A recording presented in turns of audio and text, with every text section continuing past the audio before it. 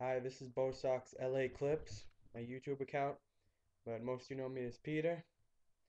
I already made one video today on the Boston Red Sox and their dreadful start to the season, so I want to make one on a recap for the Los Angeles Clippers. As many of you know, I'm a die-hard Clippers fan, avid Clippers fan, have been my whole life, and as you can see here, I got all my Clippers stuff, all the stuff I got at the game, and then there's my foam finger. Got a bunch of autographs on that, and the hat Baron Davis signed, who was my favorite Clipper before we traded him. We'll talk about that later. Um, well, where to start? Let's start with Blake Griffin. Blake Griffin came onto the scene this year. Last year was the first overall pick, but of course he hurt his kneecap on the last preseason game of the year, which was a big disappointment. Considering we would have been contenders last season, as we were 19 and 19 when the announcement was made that he wasn't coming back. They decided to trade away Marcus Camby and basically like have a redo for next season, which I guess put us in the best position to win. But we signed no one in free agency. Randy Foye was our best free agent that we acquired, and he's good, but I mean, we need more pieces to the puzzle. And Blake Griffin this season, however, as you all know, is going to win Rookie of the Year. And I think he is the best power forward in the game. And that might be a biased opinion, but the talent he has is infinite. He has infinite potential.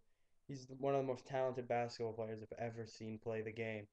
He just, like, he doesn't even know how to play the game of basketball yet, honestly. All He does not know how to play the NBA game. Everything you see is just raw talent. And now, as you can see at the end of the year, he's starting to develop a sense for how to play an NBA game. And as a result, the Clippers have been winning. And as a result, winning a lot of close games in the fourth quarter. But for this season, as many of you may know, has been a failure once again, unfortunately. The Clippers right now are 30 and 47, which is an improvement over last year. But still, it's not going to cut it, especially in the West.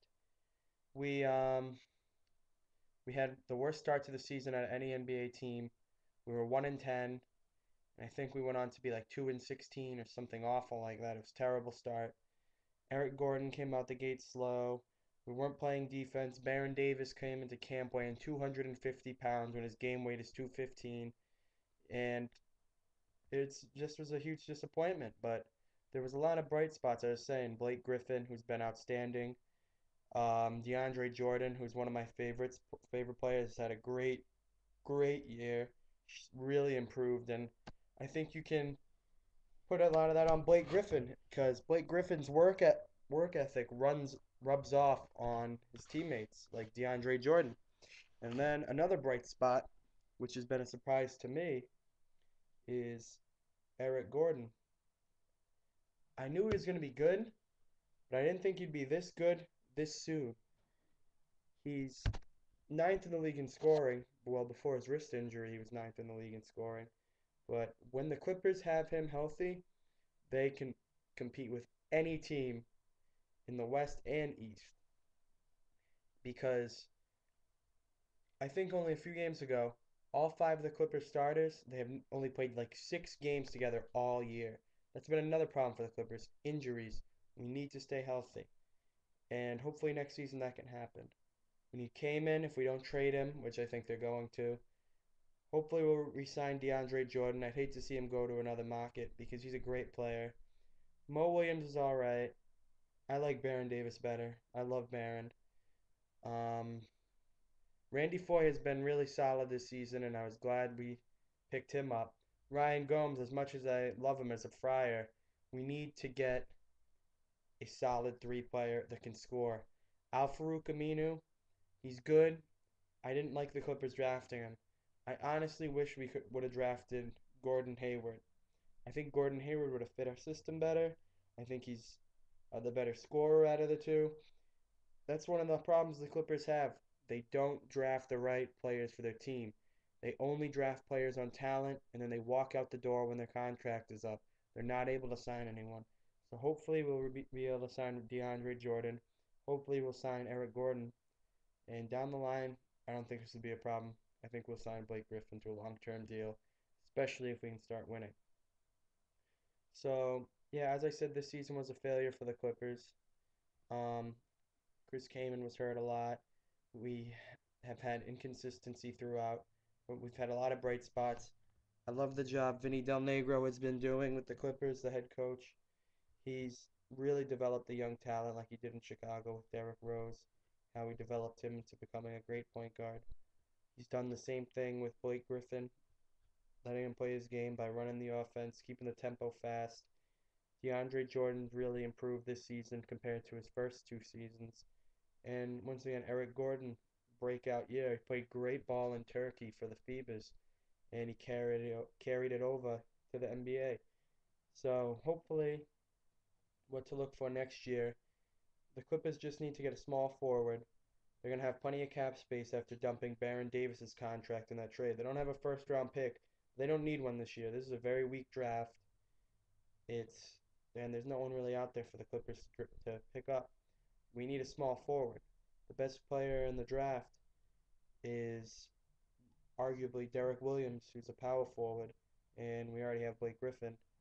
And after him, the draft is pretty weak, like a lot of unproven prospects. So, in conclusion of this video, I'd like to say that I hope the Clippers next year they need to get a small forward, and they'll be a complete team, and they definitely will be one of the best teams in the Western Conference, and they'll definitely be competing for a higher seed, home court maybe.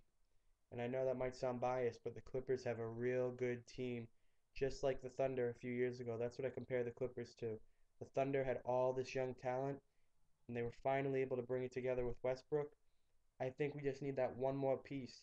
I don't know if Mo Williams can be the point guard of that can do that. I know Eric Bledsoe is going to be real good, but he still has a long way to go because he never played point guard in Kentucky. So this is his whole first year of point guard, and it's at the professional level, so it's not easy. Hopefully, he'll develop and he'll be the starting point guard in the next couple of years. But once the Clippers get a solid three-man that can score, if it's not going to be Aminu, hopefully it'll be someone. They're going to be one of the best teams in the West. So hopefully we'll see what happens in this offseason. It's going to be an exciting playoffs. Hopefully the Celtics can stop the Lakers from a three-peat because I hate the Los Angeles Lakers. We all know that the Lakers suck. Kobe Bryant's an ass. And all the real fans in LA are Clipper fans. And I know that from talking to them. So that's about all I have for now. Hopefully, you guys enjoyed this lecture on basketball. And hopefully, you'll tune in for more of my videos. All right, thanks, guys. Go Clippers.